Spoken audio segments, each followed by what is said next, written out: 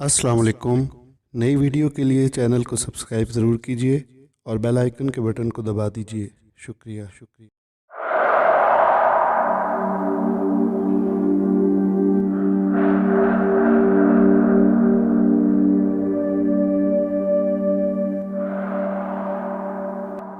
हसद सबसे बड़ा जादू है जो करने वाले और जिस पे किया जाए दोनों को बर्बाद कर देता है। मेरी बहन की शादी थी और मुझे जरूरी गांव जाना था। शादी के 5 सालों में मैं गांव कभी नहीं गई थी। इससे पहले भी कई दफा गांव जाने का इरादा किया, लेकिन फिर मुलतवी कर देती थी क्योंकि मेरा दिल नहीं करता था। लेकिन अब बहन की वजह से जाना पड़ा। जब वहां पहुंची तो वहां एक रौनक लग गई। तो रास्ते में किसी ने मेरी चादर पकड़ ली। पीछे मुड़कर देखा तो मेरे सामने एक फकीरनी खड़ी थी जिसका मैला लिबास, खुश्क होंठ, गंदे बाल थे। इसको देखकर मुझे एक झटका लगा कि ये तो वो थी जिसके हुस्न पर पूरे गांव के लड़के फिदा थे, जिसके सर से कभी दुपट्टा नहीं उतरा था, मगर आज वो दुपट्टे से बेनियाज खड़ी थी।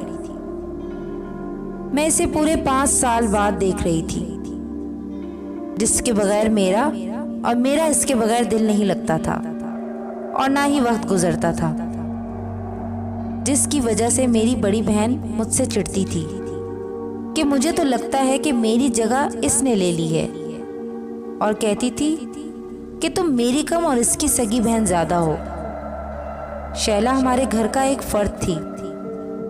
जब हम बड़े हुए तो हमारी शादी की बातें चलने लगी, लेकिन वो बहुत घबराती और फिक्रमंद थी क्योंकि वो चाहती थी कि हमारी शादी एक ही घर में हो।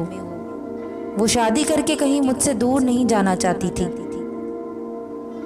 एक बार एक शादी में हम लोग शरीक थे तो एक खातून हमारे पास आकर हमारे नाम पते पूछने लगी।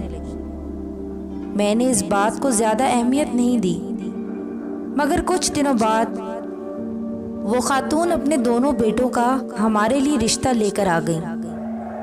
बड़े भाई का मेरे लिए और छोटे भाई का शैला के लिए। मेरे घर वालों को रिश्ता बहुत पसंद आया और उन्होंने हाँ कर दी। शैला के घर वालों की तरफ से भी हाँ हो गई। शादी के दिन करीब आ गए। मेरी बड़ी बहन ने मुझे समझाया था कि अब तुम्हारे शैला के साथ 2 रिश्ते हैं, देवरानी और जेठानी का रिश्ता, जो निहायत नाजुक रिश्ता है। अब तुम लोग एक साथ रहोगे। तुम दोनों को हर बात में बर्दाश्त से काम लेना होगा। मैंने बहन को कहा, ऐसा कुछ नहीं होगा जो आप सोच रही हैं। मेरा और सीमा का साथ बहनों जैसा है। हमारा तो सालों का अरमान पूरा हो रहा है। हम देवरानी जेठानी बाद में हैं, दोस्त पहले हैं। मैं और माँ शादी करके इस घर में पहुंच गए। जिंदगी बहुत खूबसूरत थी। शादी के 1 साल बाद मेरी गोद में मेरा बेटा और शैला की गोद में इसका बेटा आ गया। मेरे मियाँ की नौकरी शहर में लग गई थी। वो पढ़े लिखे थे, इसलिए उनको शहर में ही नौकरी मिल गई थी। वो जिद कर रहे थे कि मैं और मेरा बेटा इनके साथ शहर चलें, जबकि मेरा दिल किसी सूरत शहर जाने के लिए राजी नहीं था। आखिर मेरे शौहर शहर चले गए। जब वो आते तो खूब सारे तोहफे लाते थे। हमारी एक बेटी भी हो गई। मेरा बेटा 4 साल का हो गया था। जिस घर में हम रहते थे उस घर के बीच में एक छोटी सी दीवार थी। एक हिस्सा में मैं और एक हिस्सा में शैला रहती थी। ये हिस्से तो बस नाम के थे, वरना हम इकट्ठे रहते थे। मैं दोबारा उम्मीद से हो गई थी, मगर शैला के यहाँ एक बेटे के बाद दोबारा औलाद नहीं हुई। इस बार मेरे शौहर ने जिद पकड़ ली थी कि तुम मेरे साथ शहर चलोगी, यहाँ अकेली कैसे रहोगी, और बड़े बेटे का दाखिला भी स्कूल में करवाना है। मेरे सारे ससुराल वालों ने भी कहा कि वो ठीक कह रहा है। नाशुक्री ना करो। सबके समझाने पर मुझे मजबूरन मानना पड़ा। मगर मैं दिल से खुश नहीं थी। तय ये पाया कि मैं बच्चे की विलादत के बाद शहर चली जाऊंगी। जिस दिन ये फैसला हुआ उस दिन सीमा मेरे पास आई और उदासी से बोली कि तुम चली जाओगी तो मेरा दिल कैसे लगेगा। मैंने इसका हाथ पकड़कर इसको समझाते हुए कहा कि उन्होंने वादा किया है, वो हर महीने मुझे तुमसे मिलवाने लाते रहेंगे। इसने कहा मैं तुमको बहुत याद करूंगी। मैंने कहा कि शहर कौन सा दूर है, तुम मुझसे मिलने आ जाया करना, मैं भी आ जाया करूंगी। फिर वो मेरे गले लगी और खूब रोई और फिर हम दोनों बहुत उदास हो गए। कुछ वक्त गुजरा, मेरे यहाँ मेरे छोटे बेटे की विलादत हुई। सुर्ख सफेद बड़ी बड़ी आंखों वाला बच्चा सबको बहुत प्यारा था। मेरे शौहर ने कहा, तुम नहीं जानती कि तुमने मुझे बहुत बड़ा तोहफा दिया है। इस बार तुम तैयार रहना, मैं आऊंगा तो हम सब मिल के शहर चलेंगे। इनको 2 महीने बाद आना था। शौहर के चले जाने के बाद हम सब इकट्ठे बैठे शाम को चाय पी रहे थे तो मेरे देवर ने कहा कि भाभी तुम चली जाओगी तो उदासी हो जाएगी, घर बहुत सूना हो जाएगा। मैंने कहा तुम भी चलो। वो बोला मैं क्या करूँगा जाकर, मुझे कोई काम तो आता नहीं, कम से कम यहाँ रह के ज़मीन पर काम करके बीवी बच्चों के लिए 2 वक्त की रोटी तो कमा लेता हूँ। शैला बिल्कुल सर झुकाए चुप गुमसुम सी बैठी थी। मेरा दिल अजीब हो गया, मगर मैं भी मजबूर थी शौहर के हाथों, और बच्चों के मुस्तकबिल का सवाल भी था। कुछ दिनों बाद मेरी तबीयत में बेचैनी शुरू हो गई। मेरी तबीयत में बोझलपन आ गया, मिजाज चिड़चिड़ा हो गया, बिला वजह बच्चों पर गुस्सा आ जाता। सबसे छोटे बेटे की तबीयत भी खराब थी, वो भी बहुत रोता था। शैला ने कहा कि इसके पेट में दर्द ना हो, हम दोनों इसको डॉक्टर के पास क्लिनिक में ले जाते हैं। हम दोनों इसको डॉक्टर के पास क्लिनिक में ले गए। डॉक्टर ने इसको दवाइयाँ दे दी। इसको थोड़ा सा आराम भी आया, लेकिन रात को फिर इसने रोना शुरू कर दिया। मैं, शैला और मेरे देवर हम सब इसको चुप कराते कराते थक गए, लेकिन वो चुप होने का नाम नहीं ले रहा था। समझ में नहीं आ रहा था ये क्यों इतना रोता है, कि पहले तो कभी ऐसा नहीं हुआ। वो अब कुछ कमज़ोर भी हो गया था। हम दोबारा डॉक्टर के पास ले गए। डॉक्टर ने कहा मैं कुछ दवाइयाँ दे रहा हूँ, इससे फ़र्क आ जाएगा। इन दवाओं से बच्चे को काफ़ी आराम आया तो हमें सुकून मिला। लेकिन अभी 2 ही दिन गुजरे थे कि इसको तेज़ बुखार चढ़ गया। मैं बुरी तरह घबरा गई। इसका सुर्खो सफ़ेद रंग नीले रंग में तब्दील होना शुरू हो गया।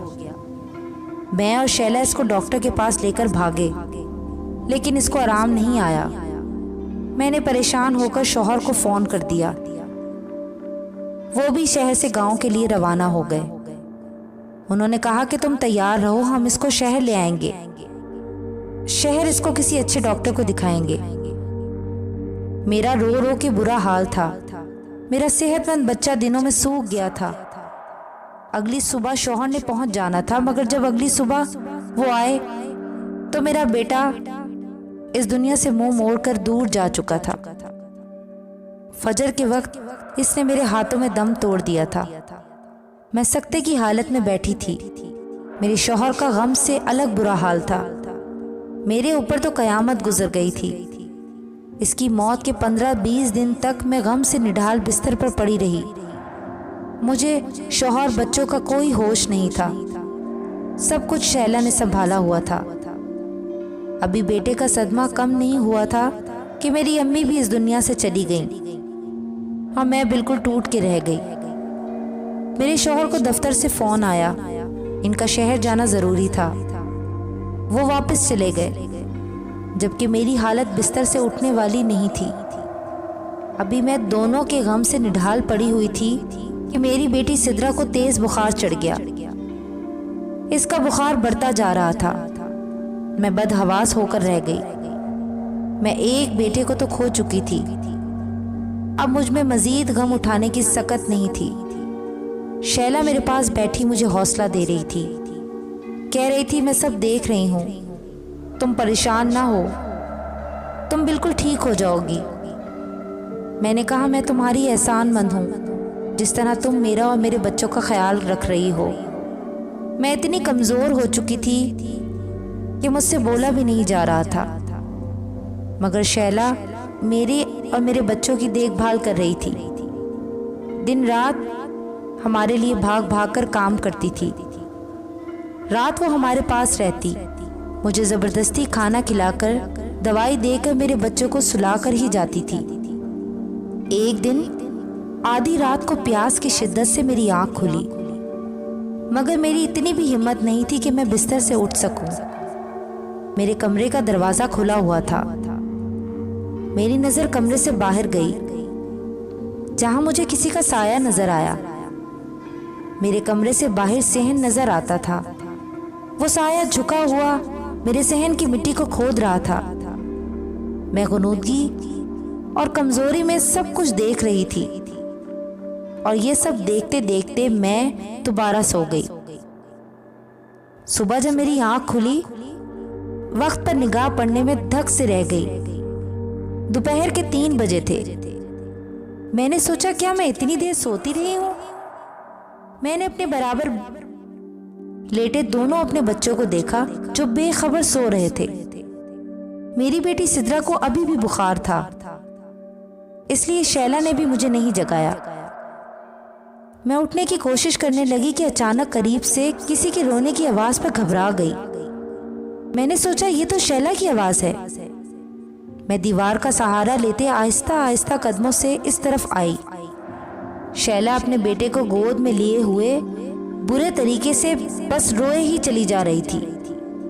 इसके बेटे के हाथ पैर बिल्कुल मुड़े हुए थे और इसकी सांस बहुत तेज थी। मैं इसकी हालत देखकर डर गई। मैंने कहा, क्या हो गया शैला? मेरे देवर ने गमगीन आवाज में कहा, पता नहीं भाभी क्या हो गया है। सुबह उठते ही ये आपके कमरे में आया कि बच्चों के साथ खेल सके, मगर आप सब सो रहे थे। ये बाहर जाकर बच्चों के साथ खेलने लगा। खेलते खेलते अचानक बेहोश हो गया। डॉक्टर को अभी दिखा के लाए थे कि अचानक ये हालत हो गई। शैला की हालत बहुत अबतर थी, क्योंकि वो इसका इकलौता बेटा था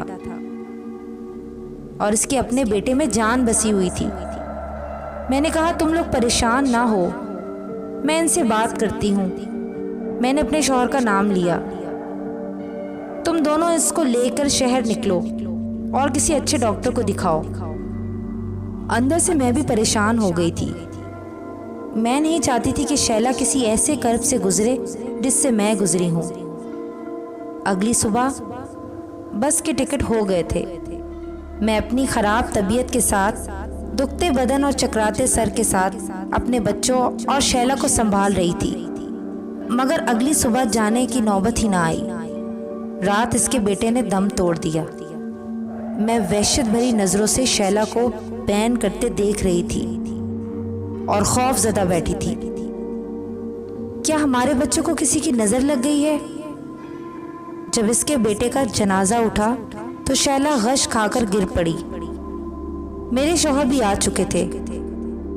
हमारे घर का हर शख्स टूट सा गया था। अब मुझे अपने दोनों बच्चों की फिक्र हो रही थी। मुझ में अब किसी गम उठाने की बर्दाश्त नहीं थी। मेरे शौहर और देवर शाह साहब को लेकर हमारे घर आ गए। मैंने जल्दी से दुपट्टा लेकर नकाब कर लिया। वो ताजियत के लिए आए थे। शाह साहब हमारे गांव की मस्जिद के बड़े इमाम थे और साथ ही इनका उजरा था। जुमेरात को मस्जिद में बयान करते थे। नूरानी चेहरे वाले बहुत परहेजगार और नेक बुजुर्ग थे। इनके अल्फाज, आवाज में ऐसा जादू था कि सामने वाला इनका गर्विदा हो जाता था। अभी भी वो ताजियत के लिए आए थे तो अपने मखसूस अंदाज में, नरम लहजे में बात कर रहे थे कि अचानक बात करते करते रुक गए। फिर वो जैसे हवा में कुछ सूंघने लगे और इधर उधर देखते हुए बोले, पता नहीं क्यों मुझे फिजा में शैतानी बू महसूस हो रही है। फिर वो मेरे हिस्से की तरफ जाने लगे। वहां पहुंचकर वो मेरे कमरे के बाहर सहन में बने कच्चे फर्श के पास ठहर गए। फिर उस जगह रुककर गौर से उस मिट्टी को देखने लगे। मैं इनसे दूर खड़ी सब देख रही थी। उन्होंने मेरे शौहर से कहा, यहाँ से मिट्टी हटाओ। मेरे शौहर मिट्टी हटाने लगे। अचानक जमीन के अंदर से जो चीजें निकली, इन्हें देखकर मैं चकरा गई। मिट्टी का एक पुतला था। इस पुतले के साथ एक पर्ची थी जिस पर कुछ लकीरें बनी हुई थी और इस पर्ची पर मेरी सिद्रा का नाम लिखकर इस पर क्रॉस का निशान लगाया था। हम सब बेयकीनी की कैफियत में थे। अचानक मेरे जहन में एक धमाका सा हुआ। जिस रात मुझे बुखार था, मैंने सहन में साया देखा था जो मेरे कमरे के बाहर मिट्टी खोद रहा था। मेरे शौहर और देवर ने दोनों हाथों से अपना सर पकड़ लिया और कहा, यह किसका काम है? शाह साहब ने मेरे देवर से कहा कि आपकी बेगम की तबीयत कैसी है? वो परेशानी से बोला, शाह साहब बहुत ज्यादा बुरा हाल है। शाह साहब ने कहा, क्या मैं इनसे मिल सकता हूं? उसने कहा, जी जी आ जाएं, दम भी कर दीजिएगा और दुआ भी कर दीजिएगा। शैला बिस्तर पर लेटी हुई थी। शाह साहब की आमद का सुनकर बड़ी मुश्किल से उठ बैठी। फिर आहिस्ता से इनको सलाम किया। शाह साहब ने इसके करीब पहुंचकर जोर से सांस ली और इनके चेहरे का रंग गुस्से से लाल हो गया। वो गुस्से में बोले, जो तुमने किया है तुम्हें उसी का फल मिला है। दुनिया मकाफाते अमल है। तुमने दूसरों की गोद उजाड़ना चाही, मगर तुम्हारी अपनी गोद उजड़ गई। तुमने अपनी दुनिया भी बर्बाद की और आखिरत भी। शाह साहब की बातों पर हम सब हैरानगी से देख रहे थे। अचानक शैला ऊंचा ऊंचा रोना शुरू हो गई। इसे एक दौरा पड़ गया। वो चिल्लाते हुए बोली, मैं क्या करती? मेरे साथ ही क्यों ऐसा हुआ? हम एक साथ पले बढ़े, एक साथ मैट्रिक किया, लेकिन किस्मत ने धोखा दे दिया। शादी भी एक दिन एक ही घर में हुई, मगर इसका शौहर मेरे शौहर से ज्यादा खूबसूरत और काबिल था। हालांकि इसके मुकाबले में मैं कहीं ज्यादा हसीन थी। इसके शौहर की शहर में नौकरी लग गई, जबकि मेरा शौहर अनपढ़ था। इसका शौहर इसे चीजें लाकर देता, जबकि मेरे शौहर के ऐसे हालात नहीं थे। फिर मेरे यहाँ एक बेटे के बाद कोई बच्चा नहीं हुआ, जबकि ये 3 बच्चों की मां बन गई। अब जब बच्चे बड़े हो रहे थे तो इसके शौहर को अपने बच्चों के मुस्तकबिल की फिक्र सता रही थी। वो इनको तालीम याफ्ता बनाना चाहता था और इसको शहर ले जाकर ऐशो इशरत में रखना चाहता था, और मैं यहीं रह जाती। ये वहां जाकर अच्छी जिंदगी जीती, शान और शौकत से रहती, और मैं यहाँ मामूली जिंदगी बसर करती। ये बातें मुझसे बर्दाश्त नहीं हो सकी। मैं रोज अखबार पढ़ा करती थी। अखबार में एक इश्तहार आया जो काले इल्म का माहिर था। मैंने इससे खत के जरिए राब्ता किया। पहले मैंने इसके बड़े बेटे को रास्ते से हटाया, फिर मैं इस पर अमल करवा रही थी, और अब मुझे इसकी बेटी को हटाना था। मैंने ही पुतला जमीन में गाड़ा था, क्योंकि मैं चाहती थी कि तीनों बच्चे मर जाएं, ताकि ये शहर ही ना जा सके, क्योंकि ये अपनी औलाद की खातिर जा रही थी, और मैं कैसे बर्दाश्त कर लेती कि ये वहां जाकर ठाठ से रहती। इस अमल के मुताबिक इस जमीन पर जहां पुतला गाड़ा था, इसे जो भी फलांगता था वो इस अमल की लपेट में आ जाता था। उस रात मैं सबको नींद की दवाई दूध में मिलाकर दे चुकी थी। मैं जानती थी कि ये सब सोते रहेंगे, मगर सिद्रा जरूर उठ के बाहर आएगी। मगर मेरा किया मुझ पर ही वापस आ गया। सुबह जब मैं सोकर उठी तो मेरा बेटा मेरे बराबर में नहीं था। मैं घबरा कर इसको देखने गई तो इसके कमरे से वापस आ रहा था, ये कहते हुए कि चाची और सब सो रहे हैं। मैंने इसको आता देखकर दिल पकड़ लिया, और फिर मुझे फल मिल गया। वो रोती हुई अपना सर पीटती हुई चीख रही थी, और मैं बेयकीनी से शैला को देख रही थी। मुझे लग रहा था जो मैंने सुना है वो गलत है। मेरा दिल कर रहा था मैं चीख चीख कर रोऊं कि क्या कोई इंसान हसद में इतना भी गिर जाता है। शाह साहब ने कहा, जो लोग अल्लाह की तकसीम पर राजी नहीं होते, इनका यही अंजाम होता है। मैं दीवार का सहारा लिए छोटे छोटे कदम उठाती बाहर आ गई। मेरे देवर ने नफरत से चीख कर बीवी को कहा, मैं सोच भी नहीं सकता था कि तुम इतनी घटिया हो। मैं अपने कमरे में आकर पैकिंग करने लगी, मगर मेरा दिल रो रहा था। शैला मेरे पास आई और रोती हुई बोली, मुझे माफ़ कर दो। मैंने इसको कहा, जो औरत आपके बच्चों की जान ले ले, कैसे माफ़ किया जा सकता है? तुमको दुश्मनी थी तो तुम मुझसे निकाल लेती। मेरे बच्चों ने तुम्हारा क्या बिगाड़ा था? मैं नफरत से रोती हुई बोली। शैला बोली, मुझे दुश्मनी नहीं थी, पता नहीं मुझे क्या हो गया था। मुझसे बर्दाश्त नहीं हो रहा था कि तुम्हारे पास सब कुछ अच्छा है। मैंने कहा, मैं तुमको कुछ नहीं बोलूंगी, ना कोई लान तान करूंगी, क्योंकि मैं जान गई हूं कि अल्लाह का बदला बेहतरीन है। मुझे कुछ भी नहीं बोलना। और मैं इसको बगैर देखे अपने शौहर और बच्चों के साथ इस घर से ही नहीं बल्कि इसकी ज़िंदगी से और गांव से भी निकल गई। मेरे देवर ने इसको तलाक दे दी थी। अपने बेटे की मौत और फिर तलाक के बाद इसका दिमागी तवाज़ुन बिल्कुल उलट चुका था और अब वो गांव की गलियों में बिखरे बालों से बदहाल बनी फिरती थी। मैं दोबारा पलटकर गांव नहीं गई, लेकिन अब 5 साल बाद जब मैं वापस गई तो इसने मेरी चादर को पकड़ लिया, मगर मैं अपनी चादर इसके हाथों से छुड़वाकर और इसको नज़रअंदाज करती हुई आगे बढ़ गई। काला इल्म और जादू करने वाला और करवाने वाला दोनों दायरे इस्लाम से खारिज हो जाते हैं। अपने ईमान की हिफाजत करें और अल्लाह की अता पर राज़ी रहें। दोस्तों, आज की कहानी आपको कैसी लगी? कहानी पसंद आने की सूरत में इसे लाइक करें, शेयर करें और हमारे चैनल डर की दुनिया को सब्सक्राइब करें। नेक्स्ट वीडियो तक के लिए इजाज़त दें। अल्लाह हाफ़िज़।